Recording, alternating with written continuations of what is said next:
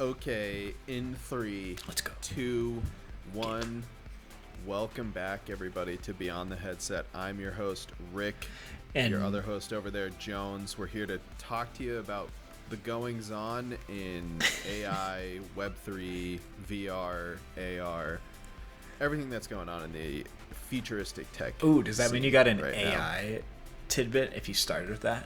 Or it's just on the mind? I do. It was a little bit on the fly, but maybe you just caught me in the subconscious. It was on the I got a mind. fun one. Ooh, I am excited because there's been some crazy happenings in AI. Do you want to just kick us off with that bad boy? Yeah, let's just send it. Do it. All right. So Google has been at the wrath of the public after they completely botched, but also didn't completely botch their intro Yeah. to their AI. However, now it is Bing's turn to get the heat. Bing has an AI that reporters have been digging into, and you've been getting some pretty creepy results out of it that have people fairly concerned. A few examples are a New York Times reporter had the Bing AI trying to convince him he doesn't love his wife and that he loves the AI instead. What? And it also expressed interest in stealing nuclear secrets. Another one called an Associated Press reporter, one of the most evil and worst people in history, comparing him to Adolf Hitler. Okay. Okay. And then right, go ahead, one go more, ahead. one All right, more, one more, because one this more, one, one more. this one's nice and creepy. Another writer, the AI expressed to him that he really wants to become human, or she, or it wants to become human, and was begging for that reporter to be its friend.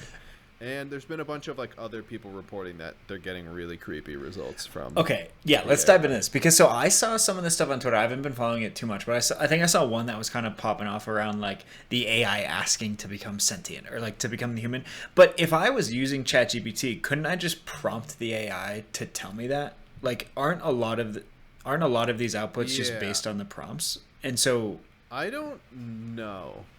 I don't think it was that they asked them to say this, but I also kind of agree with you that they probably like you can like get into conversations with the AI and like work it down a hole to the point where it's essentially like saying creepy things. Yeah. Because you kind of like yeah, and that's I don't what know. I didn't I just- understand because I've already seen that with ChatGPT. But then like all the smart people were also reposting this stuff, so it makes me feel like it must not just be that. Like there must be something deeper here. But I haven't seen anything about the input side of things, which feels like matters because you can. Yeah, that definitely matters a ton. Like, it is possible. I think they probably released the inputs. I feel like I read one of them, and at least the most recent chat history didn't make the reporter seem like they were being sketchy. But honestly, I would put it above a 50% chance they did something to lead it there. Yeah, I know because then that you just make these clickbaity That's like just a responses, great story. and then it's like Yeah. okay. I mean, it's respected journals like the New York Times, but at the same time, I've seen some bullshit from Yeah, those I mean, that was years. whatever kind of gets clicked. So, okay. So what's like the sentiment? Because I haven't really been following it outside of just seeing those pictures here and there. It seems like I feel like the sentiment is people who are already into tech and using AI just don't really care. I think it's funny, if not a little bit creepy.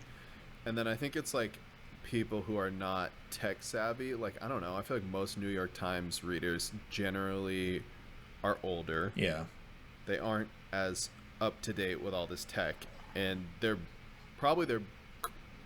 the media they've seen that gave them an idea of what the tech is was probably them watching like the movie Her, where the guy falls in love with his voice Yes. assistant. Oh, I forgot. So about this that like movie. affirms that belief. They're like, oh, now it's like real life. Yeah. Real life. Yeah, but there's That's the nothing. first thing I thought Microsoft of, hasn't where, like- hasn't said anything about like shutting it down. Oh or anything no, they like that. have. And Oh they, really? They limit now. Bing, you can only send like 5 requests before it makes you start up a new topic, because essentially they're saying you can go down these weird, if you talk to the AI long enough, you can kind of get it to a point where it like starts responding with weird Yeah. stuff like that. And so it just said they released some stat where it's like 90% of people fulfill their request within like 2 messages. So they're Interesting. like, this doesn't even really affect anyone but like the weirdos who want to develop a relationship. Okay, I struggled with to our AI. see how this is different than ChatGPT. Like, aren't they basically the same thing? And people have been making weird outputs. Like, I understand the Bing use case that's implemented in the search. I guess I just mean in terms of like OpenAI and ChatGPT haven't cut it off at 5 messages, right? Like, why is Bing getting so much heat for something that you can do on ChatGPT basically in the same way? Yeah, I think it's honestly just like Bing has kind of dominated the headlines as like it's far more consumer friendly. Okay, yeah, that Even makes sense. That makes sense. ChatGPT isn't something that I think like random people stumble upon, but when a relatively used search engine, all you have to do is just like get on the search engine and type in an input. I feel like that invites a lot more. That actually makes total sense. people Yeah, it's like to try it's it. like a It's my consumer guess. application, and you're 'Cause it's the same thing essentially, same underlying machine. Yeah. Basically. That actually makes total sense because if you're using ChatGPT, you're kind of like opting in to like experiment with this AI thing that like no one really knows what the hell's happening. But if you're using Bing, it's like you're using a search, and so like you shouldn't have. Yeah, that makes a lot more sense actually. The thing I want to see going forward though is I remember ChatGPT. You know that we talked about like the whole they're kind of like censoring ChatGPT. Yeah. But people found workarounds by if you type in like if you send certain messages to it, you can kind of rewire it in your session to circumvent that. And I'm just like waiting for the day when people can have their own like copy of ChatGPT and they like rewire it to be like their AI wife, like in the movie Her. 'Cause I feel like people are worried about that. I don't think that's true right now, but I feel like this is definitely doable. Oh, totally. I mean, just having like Not personal far assistants. from Like, now. okay, an example of this, which like, so you know how you can already fine tune models, right? Like you can input, like we've talked about this a bunch. So like for me, as like, say I'm like starting a company or whatever, and like I want to have like a personal assistant or like someone who like knows my inner thoughts, right? Like, why couldn't I just fine tune this model as like me and then have like, you know, and then you could skin it as like a female, you know, if you want to go in the wife route, you could do that like 100%. I feel like there's gotta be companies that are actually doing this. I feel like I've heard of some, but yeah, I mean, that's like, it's just crazy, dude, like where this all go. I've been trying to like take a little bit of a step back here and there. Yeah, people around the world who have married their anime body pillows are rejoicing. Yeah, that they can finally speak to them. Dude, I haven't watched Her in so long. I might actually rewatch that because it feels like this is essentially what's going on. That and Deus Ex are like what's a Deus Ex? both very good. It's this guy who creates the first sentient AI. Got you. And he like I don't know, the sentient AI like manipulates him. It does all this stuff, but it's a really good movie. Well, I mean, it seems like this stuff is going to happen in like very soon. I mean, if you think about like, because there's already people working on the robots, so like the hardware piece, like Boston Robotics, Tesla, even, and then if you just simply put ChatGPT, combined it with one of these robots, and had some like audio software that just read off what the ChatGPT responses would be, like you basically already have it in a sense. Like maybe it's not sentient, like I don't know. I don't even know what that means, I guess. Well, now it's already starting to claim it wants to be human, so like I don't know. We're getting to the point where it's like, how do you even tell? Yeah. Like we know, I think pretty well it's not sentient, just because the people who wrote the model what is sentient? Understand it. What could you? That's a very deep philosophical question we can get into. It's like what would it take for this thing to prove to us that it's sentient? Because like I don't know what it could say that it hasn't already said, where I'd be like, oh yeah, this thing has like feelings and emotions. Is sentient essentially like it would do the ChatGPT thing without a prompt? Is that essentially like when it would cross that barrier? Well, essentially sentient is like it has its own mind and it recognizes its own existence like we do. Like it recognizes, I don't know. Yeah, because probably some sort of self-preservation is a part of that, like a desire to not be destroyed, kind of like humans would probably be a big part of it. Yeah, because like in our example, if you took the robot and you just put ChatGPT on its face, like you'd still need to prompt it. Like, it wouldn't make decisions on its own. And I guess when it goes over the line, or not even whatever the line is, maybe when it crosses over into sentient nature is when it's starting to make its own decision without being prompted by a human. And that's maybe where it gets all weird. Yeah, I mean, a lot of AI can make its own decisions, though. So, like, that part of it's already been solved. It's just like... Okay. So, it's already sentient. We're already there, baby. Maybe. I don't know. The craziest part is you brought up Boston Dynamics. Apparently, this is shocking to me, but like it seems like it's easier to replicate the human mind than it is to replicate the human body, because that is so. If you watch those videos, it's getting very impressive, but like the amount of intelligence the robot needs to have to like navigate even just one step. Oh, the motor skills kind of. And being able to correct itself, and they're getting pretty good at it, but like at the cost of millions and millions of dollars to build just one of them. Is that a software problem or a hardware problem? Like maybe it's a combination. I think it's both. Yeah. I mean, it's like computer vision, which is important, but we're still pretty early days with computer vision technology, so it can recognize things and respond to it. And then also, the mechanical, like, I don't know, it took 1 billion years for us to develop over evolution to be able to navigate our environment. It's more complicated than you'd think. Yeah. I don't know, just think of the range of motion you have. Totally. Just one arm. I don't know. Yeah. Okay, last thing on the AI thing before we switch gears, because I the things I have been looking at are, I don't know if you saw those. I mean, the augmented face filter stuff has existed for a while, but there's one that's kind of been getting some attention recently, which is like this teenage filter on TikTok, where if you're like an older person, like 50 or whatever, however old, you put this like teenage filter on, and it is so believable. Like they look like normal people who are like teenagers. It just like takes their own face, and like they look pretty similar, just younger.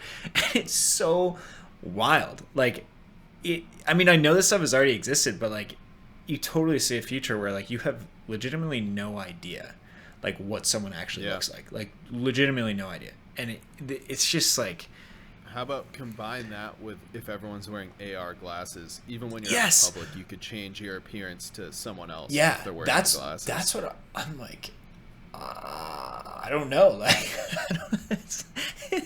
I can't like piece out like if it's like a incredibly frightening future or it's like not that bad. And actually, I mean, it feels. I don't know. That example itself, you can just take off your glasses and see what a person looks like. Sure. So I'm also just, again, as an AR, VR, just super hyped on it. I don't know if everyone's going to be walking around with the glasses on. And even if they are, it seems like it'd be very challenging for everyone to be able to decide what they look like in real time. Yeah. So, maybe not. It'll be interesting. It'll be very interesting to keep an eye on. Okay, cool. Well, I guess in respect for time, should we switch gears here and then we can come back to your next one? Wait. Okay, sweet. So what I got in the world of Web3 this week is super exciting news, probably some of the most exciting news in a while, is that Coinbase, the very trusted exchange, they are launching a layer 2 blockchain. And so basically what this means is that they're more technical, is that they're using the Optimism stack. Optimism is a layer 2. But so details, I had to have that little dramatic moment for a TikTok clip, but now I'll actually talk about it. So basically, it's called Base, and it's a layer 2. They're not issuing their own token. It's going to run on ETH. But the reason why this is pretty exciting is because basically Coinbase, like everyone kind of knows them as an exchange, but their mission, I think, is a lot greater. Basically, they just want to be the gateway between like the mainstream and crypto, and just be the tool that onboards the next billion, which everyone has as like their slogan. But it seems like Coinbase is becoming pretty much like the most trusted intermediary, definitely the most well known. Yeah, I feel like they are that as much as it can be totally right now. And like I feel like people aren't like, oh, like they don't have like a scam narrative, which so much of Web3 has. Maybe they do, but I'm not like, it seems like less so. So no, I feel like if you think Coinbase is a scam, then you think every single component of crypto is a scam. Yeah. Okay, cool. Yeah. So, and then, so this is cool because like obviously the exchange was helpful because it was on ramps to exchange, but just to exchange tokens, like to speculate on assets, like invest, that kind of stuff. So by launching their own layer 2, and this is kind of their whole thesis around this, is that this is like the next step, because now people can onboard to have the coins, but now this is the next step to actually use the crypto landscape. And so by building this new layer 2, their idea is to continue their mission of being the gateway to the next billions of users by creating an ecosystem that runs smoothly and people develop on. And so you, in a way, you could almost think about it as Polygon is kind of how I'm thinking about it as a mental model, how Polygon's working with like Starbucks and Meta and like all of these things. And so basically, yeah, I find it kind of interesting because it feels like if Base was around before these deals happen, it feels like a lot of these major Web2 brands will find home with Base, is my prediction, because Coinbase is so trusted. And so basically, like, but they also have the Web3 ethos. So like the idea is to become more and more decentralized with this whole thing and just have like an entire, dApp ecosystem where, you have this layer 2 as the underlying rails, but you might not even notice. So big moves there, because I feel like a lot of these, like Solana and all this stuff, it's just like, I feel like Coinbase is going to take this to the next level because they already have such a trusted bunch of consumers. Like when Solana launched, probably one of the hardest parts was just attracting people to the ecosystem. And a lot of times it's easier to attract builders, but Coinbase naturally has built in all of these more kind of like normie, I guess you could say, users. And so it feels like this is going to be a pretty good step for adoption. So that's the news. Coinbase layer 2. I got questions. Give it to me. So first of all, yeah, that does seem like a good option for normies like myself in the Web3 space. How do like deep Web3 people feel about it? Because it just seems like things in Web3, not entirely yet, but they are, I don't know if centralized is the right word, but like if totally Coinbase is responsible for like the most major layer 2 and it's the one exchange that like 90% of people use, like does that count as centralization? I guess I don't know entirely what the word means in the realm it's a great question. Web3, but a great question. So let me tackle this a little bit. And for those listening that are super technical, forgive me if this is not 100% accurate, but it's directionally correct. So basically they're building on the Optimism stack. So Optimism is an open source L2. So already they're like, it's not like a closed ecosystem. Like they're working on an open ecosystem to start. And in terms of validator set, so a lot of times when these things start, like to get it going, you can't decentralize automatically. But the idea is like as more and more action happens, more and more activity, this is where it gets a little fuzzy, but essentially you start decentralizing the validator set, essentially, is how I kind of understand it. And that happens over time. And I was listening to a podcast with them and they're basically saying that that's what will happen over time. But there is an aspect to your point of like, you kind of trust Coinbase in this situation that they will do that. And like all the signs that they've said before kind of point to that direction, but there is probably an argument you could make where it is kind of like, well, like isn't the whole point of crypto that it's trustless? Like, well, the fact that it's open source seems like a good first step, because it does feel like there's some level of centralization that's just inevitable with any of these systems. Yeah. So I guess like if you make it open source, it's more adaptable and exactly. And like, so a counter world how this could have been done, which people probably would not have liked at all, is if they launched like their own layer 1 ecosystem with their whole new token as almost like a competitor to Ethereum and stuff like that. That feels like that would have been very kind of anti the whole ethos. But with this, I think people are actually pretty excited about it. And it just shows that Coinbase is just such a native Web3 company. Like they understand the ethos, they have good intentions because they're building with an already established layer 2, and the whole thing, is, open, and that's kind of the whole vision there. So it seems like, and also they're not launching a token, which I love that move, because a lot of times the tokens I feel like can kind of confuse the value, because you're maybe only using it to get the token or something like that. But like the fact that they don't have one means that they can tap into the Ethereum ecosystem will be the one that they use for the gas. So that right there, they're tapping into an already existing ecosystem and like helping that flourish. And then also they're not like clearly not doing this for their own financial incentives with a token or something because they don't have one. So it's basically like the only way they succeed is if they communicate the value of just like the underlying protocol. Okay. Yeah. So Yeah. we'll see like how it generally progresses. a good thing. Yes, I would agree. I think it is, and it will be fun to see how it progresses. But like their whole thing is that like, you know, they want to uplift everyone and like, you know, be a bridge where you can, you know, between even Solana and Ethereum and Polygon, and just like kind of a rising tide lift all boats kind of message. So we'll see how it pans out. But it is I'm personally very excited because it gives, and I know we don't want to talk that much about, like, I know a lot of crypto is about trustlessness, but I think in order to onboard a lot of people, there does have to be some aspect of trust. And so in order to get you in the door, and that's what we saw people using the Coinbase exchange. And so for me, I think that gets me most excited about the adoption of this chain, because even like more Web2 brands, I would imagine, you know, we talked about how Polygon probably benefited from the hype of Ethereum, or the safety, or the kind of brands understanding what Ethereum is. But I think Base will benefit even more so, not only from Ethereum, but because Coinbase is a publicly traded company. Like, that's it right there. It's like, you know, it's not a scam. So I think it will prove very fruitful. Yeah. Moving forward. Yeah. I was thinking it's pretty bullish for ETH. Also not financial advice, but I think it's pretty bullish for ETH, the asset too, because because they don't have their own token, like ETH will be required to make transactions. And so if you think about this as one of the more adopted chains, like, you know, you can kind of connect the dots. It's even more legitimized now with like the most adopted, what's it called?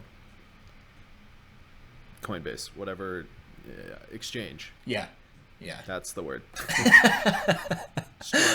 the Friday afternoon sleep is coming at us. But yeah, so that's the news. Coinbase Layer 2. We'll see how it goes. But nice. Anything else you got? And then I got another one too. Yeah, I've got two tiny stories. One of them is Apple. One of them is just China related VR news. Ooh. Those sound both intriguing. All right, I can segue them into each other smoothly cool. And combine it into one news story. Not really, but kind of. So, essentially, Pico, which is the main competitor to the Meta Quest, Pico is the one that's owned by ByteDance. TikTok. Yeah. Damn, you know your VR stuff. Yeah, I mean, you've taught me. Good. But anyways, they just laid off a ton of people. So that might be a sign that things are going poorly. It might just be the economy is not doing so hot. But to couple that news, Tencent, which is technically the biggest gaming company out there, they have canceled plans to build their own VR AR headset, which they were reportedly working on. And instead they're working to reach a deal with Meta to bring that headset to China. So this just kind of feels like a little bit more of the winter of VR deepening. Yeah. And also that's really bad news for Pico. Not only are they laying off people, but their biggest competitor might be in the China marketplace soon, which could be just like absolutely devastating to them. But I'll let you ask questions there because I'm gonna do my smooth transition. Oh, that was it. Well, I guess I was so Meta, they don't have any market share in China unless Tencent allows them to. Is that? Yeah, just any company that's non-Chinese that wants to enter China, you need to have someone, I think either a Chinese person on your board, or you need to partner with a Chinese company, I think is it. Got you. This similar thing happened with the Nintendo Switch, where Nintendo is a Japanese company. They weren't selling Switches, which is the most popular console in China, because they couldn't, and then they just partnered up with Tencent recently to do that. Oh, damn. So Zuck must be pretty fired up about that. But okay, continue your. The anticipation for this smooth transition is increasing rapidly. So smooth. The winter is deepening. However, the hero VR and AR Apple is preparing to launch. Wow, that was more nice. News from Apple. So smooth. It's a bunch of little updates on Apple. One of them I don't find that important. It got delayed, but it got delayed until June, which is kind of what I thought was under the impression it was getting announced anyways. Okay. So maybe that's my fault. It was apparently going to get announced like next month, which I wasn't up to speed with. But more details about the hardware itself that leads to interesting speculation about where the industry is headed as a whole. First one, hand tracking. The main way of using this headset will be using your hands and hand tracking, which we've kind of known. But the interesting part is how they're combining it with eye tracking. I mean, you know now that you kind of have like a laser pointer that you have to point at things and you press a trigger. And similarly with hand tracking, except even worse, you have to do like a pinch motion and like aim it right. It's kind of wonky. I don't like it. But because there's eye tracking in Apple's headset, their main way of interacting with UI is reportedly you look at the thing you want to press, and then your hand can be anywhere. You just pinch, and then it selects that. And it knows what you're looking at. And so it's like, I don't know, it feels a little mind-ready, which is cool. Like, I just like that is look pretty at wild. you, do a little pinch with my hand at my side, and it'll pull up all your information or something. Wow. All my data. Yeah, which is sweet. I mean, that example sounds creepy, but you won't be able to do that for a while.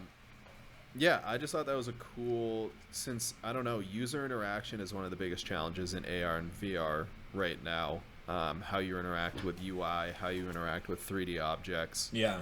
And Apple staking its claim in the space by saying you have to use eye tracking for good interactions. That, I mean, Apple's the company that when they make a decision like that, everyone follows. So there's no hand. whole There's industry. no hand things. There is hand tracking. I'm sure you can like physically touch things. But like do all there's that, no but hand hardware.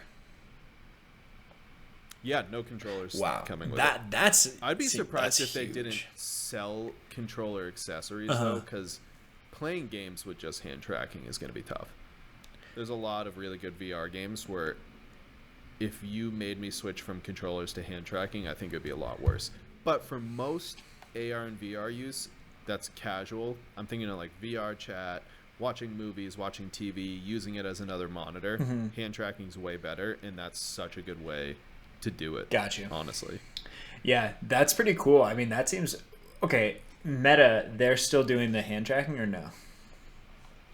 Or sorry, Yeah, the Meta has controllers. hand tracking now. The controllers on the next Yeah, one. but I think their plan is to stick with controllers. I think Meta is a lot more focused on gaming than Apple is. Gotcha. So you do need controllers. And they're also more focused on VR than AR. And I think VR is more conducive to controllers than AR Gotcha. is. That makes sense. Damn, that's you know what? The anticipation with the Apple headset is growing so much, and we keep talking about it. I feel like we should ask Apple to give us exclusive first dibs at it because we've been talking about it so much. I agree. All the dude. people who are listening. We have moved all the industry hype Yeah, on this thing. I mean, we've single-handedly Solely with from all us. these listeners have made a big difference. Yeah. So maybe I don't know. Maybe we can finagle something like that. We'll see. Yeah. Nice. I mean, I've got little other tidbits and speculation, but I don't know if that's a full story already that we can move on. Or- Same Apple stuff. Yeah, go for it. Close the loop. Well, I was just watching Brad Lynch. Sadly, it's Bradley. He's like one of the big analysts on YouTube. I love him. He's hilarious. And he just released a video, I think today, that was really interesting, speculative of where the industry goes, where he thinks the Apple headset, it's got that waist-mounted battery. He thinks he's got all these hints from other headsets that battery will also include a lot of the processing power. And going forward, we're going to have really light headsets where you just have a headset that has a cheaper chip in it that handles all the motion and the detection and doesn't do any of the other computational stuff. And then you can just plug your headset into whatever device you want to use. So like I basically just have this monitor on my face and I can plug it into the PC and do really high-end stuff. Or I can buy a mobile operator that just goes in my pocket. Like, could or you do your something, or I can phone? clip it. Yeah, well, that's one of the things he was speculating about is Steam, Valve, the gaming company. They released the Steam Deck, which is kind of like the Nintendo Switch. It's a portable gaming system.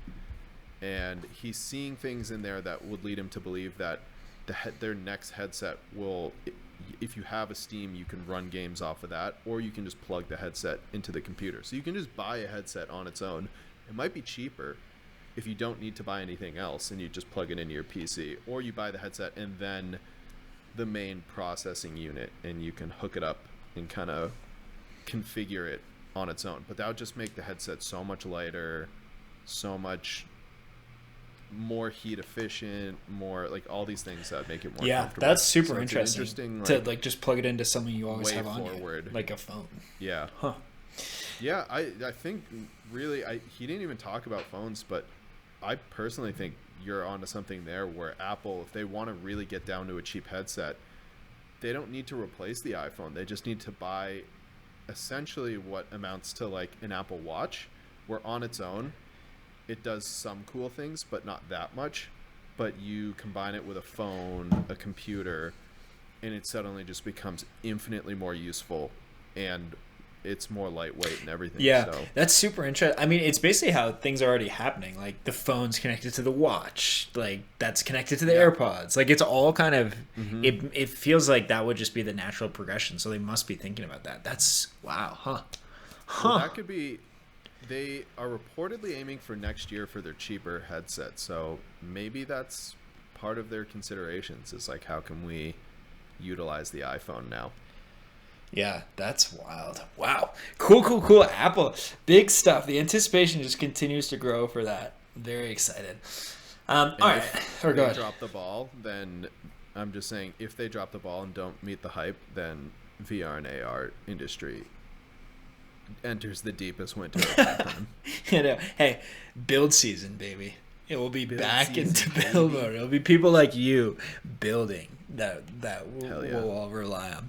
Okay, I got one more that is actually super interesting. It's like a kind of minor story, but the potential of it could be huge. Basically, it's that Spotify is experimenting with integrating NFTs. And this could be so huge for a few reasons. One is that, so I think that the potential for NFTs to empower creators to monetize is really important because it gives them another revenue stream and a way to connect deeper with their community members, where like you can issue like, 20 NFTs or whatever, and your like 20 biggest supporters might buy those, you get revenue in, but then you can also like token gate certain things, like certain demos or whatever, like around to just these 20 people, so like they get some stuff too, and then also those 20 people get like a cool collectible that only they have. There's potential resale value too, just like some cool stuff you can do in the digital world. But one of the problems with all of this is that you're basically banking on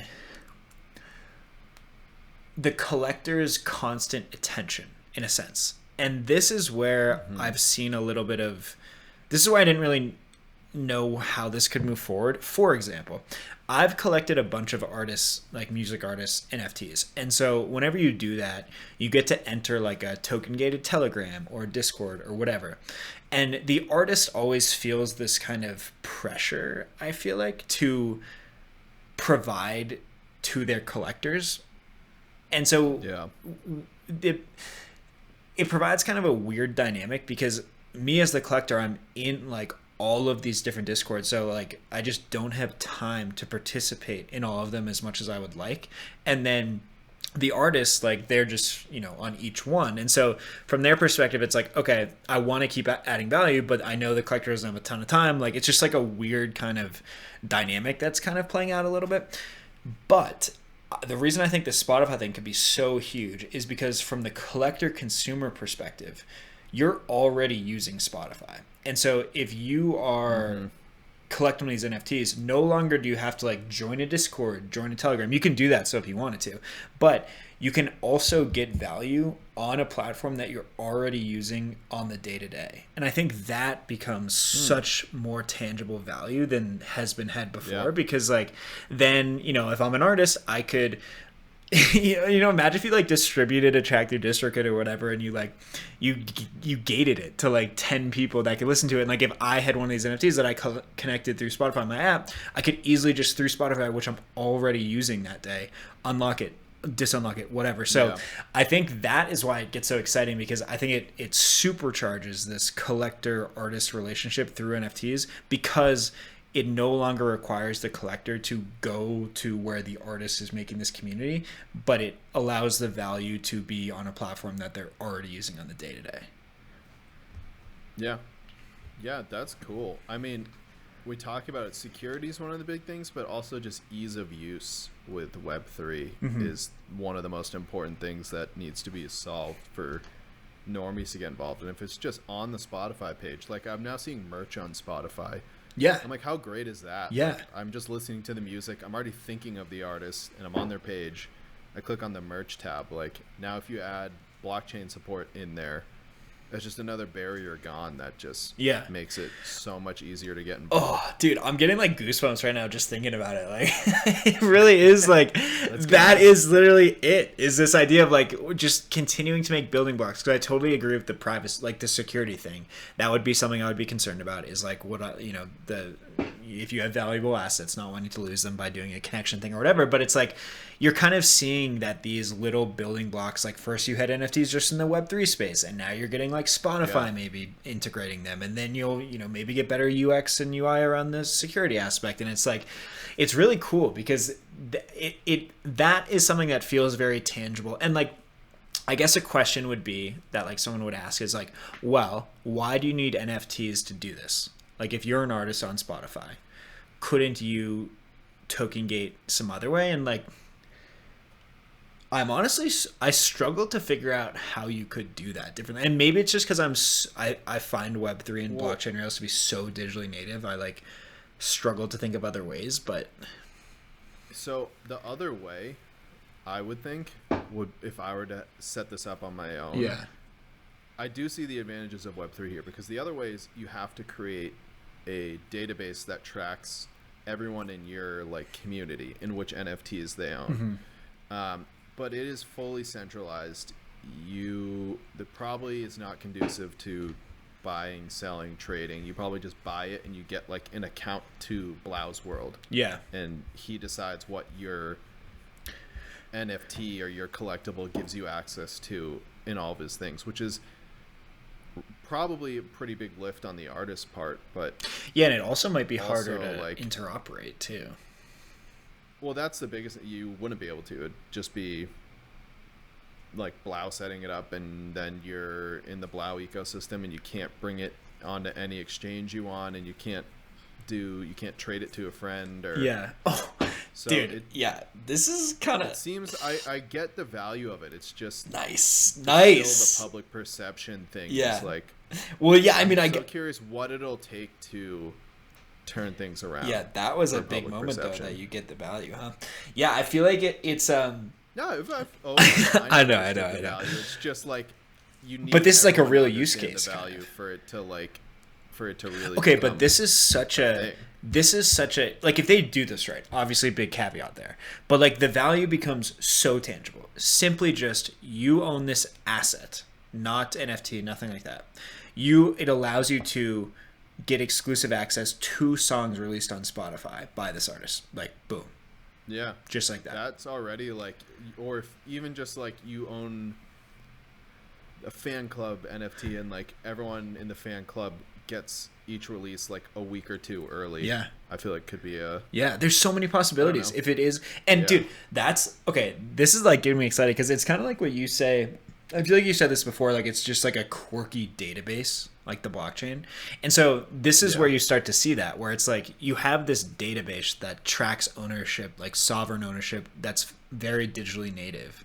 And now you can have all of these consumer-facing platforms integrate into this database without changing anything about their own database. It just allows them to integrate with this other one that can go between like all different platforms. Like that starts to this Spotify thing kind of is opening my eyes a little bit to how you could see this playing out, which has already kind of happened with Meta and stuff like that. But like the value, because with Meta, it's still like with Meta, the thing is still around like if you do or don't see value in digital art. Like I feel like that's a big thing. But with this, like I feel like any person ever would be like, okay, that gives me value. The utility options here are huge. Yeah. Beyond just like owning a piece of art, which is so much more like abstract of a concept that Yeah, I because then think you we'll could see this debate it going in until the like end of Apple time. Music or And whatever. yeah, I don't know. For whatever reason, Spotify integrating it seems so much more legitimizing than any other company. Like more so than Amazon, more so than Meta, more so. I actually I think it's don't just disagree. It's easier. I think it's easier with Spotify to like get pumped about it because it does very much feel like a support the artist kind of thing. Yeah. Whereas like I don't know, with Amazon it's like you're buying NFTs for some company or some. I don't know. The Amazon thing. We'll see what the hell happens there. Yeah, that could be cool too. But I'm just for like the average consumer to see that pop up on Spotify and they're like, I can support my favorite artists, get some sort of benefit here.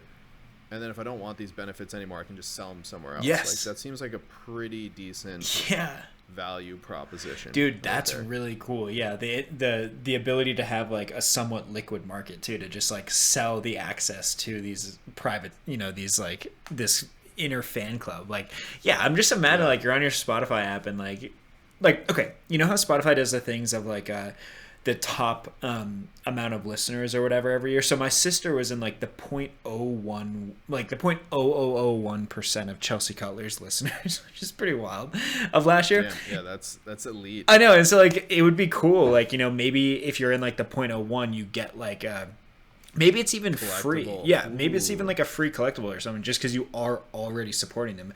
And that unlocks something on Spotify where like you can get like first access to the next track. Like you can get tracks. This is the cool thing because like in the Discords and the Telegrams, like there are times where like music is released just there, but the problem is that like I'm not listening to my music on Telegram. I'm not listening to it on Discord, but I am listening to it on Spotify. So imagine if you had a song like a Chelsea Cutler song that was never ever released anywhere else to the public, and like the only way you could ever stream it on Spotify was if you were in this like 0.01% club and you had that collectible or something. Like that becomes really interesting, Yeah, that is very cool. I don't know. I just think that's the kind of thing that maybe doesn't completely turn around people's thoughts on Web3 and blockchain, but it starts something there. Yeah. Where yes. very normal people are like, oh, cool. Like I just got given this free NFT and now I can listen to songs from my favorite artists that never came out. Yeah.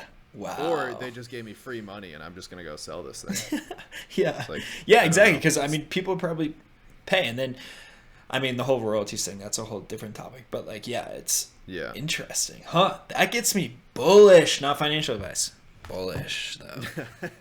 I think the thing I'm curious about for our first lawsuit. I know, from all our listeners, the thing I'm curious about, and we'll talk about it hopefully on further episodes, is what chain they're using. Like, is it Polygon? Is it going to be Base? Like, what are they? I'd be very curious about that. But hopefully, I don't know the details on that, but we'll see. I also, again with them and with Amazon, I really am looking forward to see the onboarding process, because most people on Spotify probably have never interacted with blockchain. Yeah. So they see that tab pop up. Do they have to go down the rabbit hole of setting up a wallet and doing all this stuff?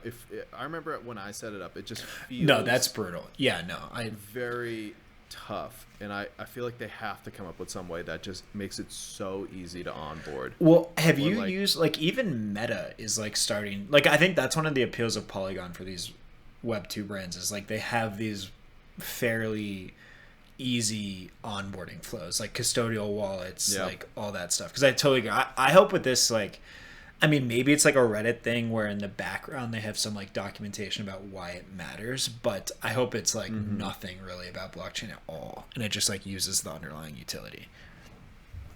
Yeah. Huh. It will be interesting. We'll see how it pans out. Yeah, that's cool stuff. Anything else you got? Or? No, I seamlessly merged my last two stories into one. So that was impressive. I mean, you see a lot of cool stuff on this podcast, but that was definitely top 3 so far. Just the wordsmithery out of me today was just truly impressive. I'm excited to listen back and get us some listens. Cool. Good sesh.